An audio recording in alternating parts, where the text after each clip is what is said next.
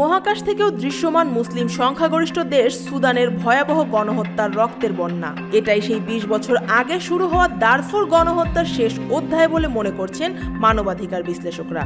উত্তর আফ্রিকার দেশ সুদানের দারফুর অঞ্চলে নতুন করে গণহত্যা চালাচ্ছে বিদ্রোহী আধা সামরিক বাহিনী র্যাপিড সাপোর্ট ফোর্সেস তথা RSF।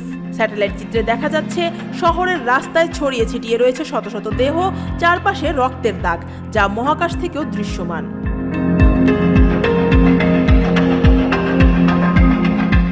মানবাধিকার সংস্থা ইয়েল বিশ্ববিদ্যালয়ের হিউম্যানিটেরিয়ান রিসার্চ ল্যাব বলছে RSF শহর দখলের মাত্র ৭২ ঘন্টার মধ্যে এই হত্যাযজ্ঞ চালিয়েছে। চিত্রে দেখা গেছে হাসপাতাল, আবাসিক এলাকা, এমনকি সেনা ঘাঁটির কাছেও মৃতদেহের স্তূপ পড়ে আছে। অনেক নারী জানিয়েছেন পুরুষদের আলাদা করে গুলি চালিয়ে হত্যা করা হয়েছে, তারপর লাশ ফেলে রাখা হয়েছে মাটিতেই।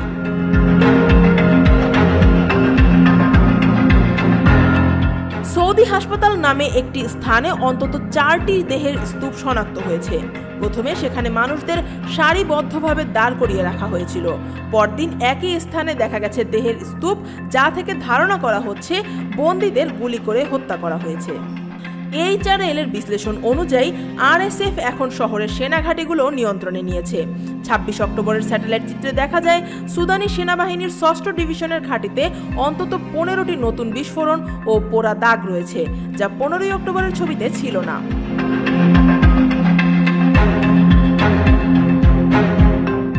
গবেষক র্যান্ডম বলছেন সুদানি সেনারা একই সময়ে ঘাঁটি ছেড়ে পালিয়েছে।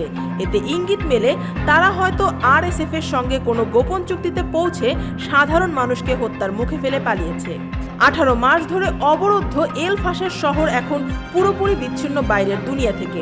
জাতিসংঘ শহরটিকে বলছে দুর্ভোগের কেন্দ্রবিন্দু, আর এখন RSF শহর দখল করার পর কেউই আর পালাতে পারছে না।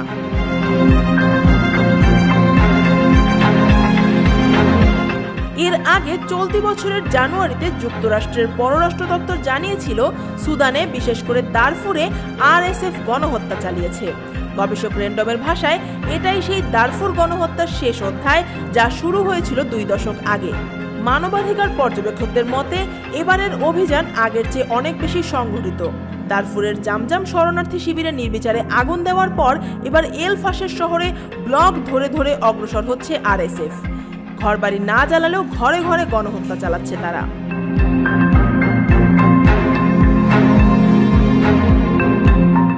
র্যান্ডম জানায় যারা প্রাণে বেঁচে পালাতে পেরেছে তাদের সাক্ষ্যে উঠে এসেছে ভয়াবহ বাস্তবতা।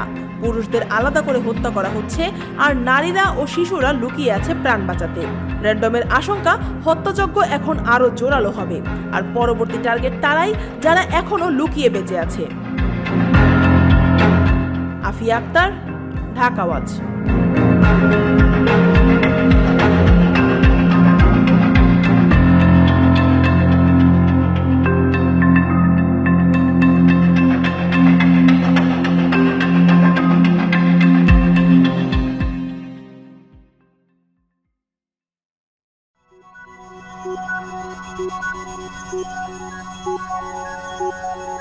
Thank you.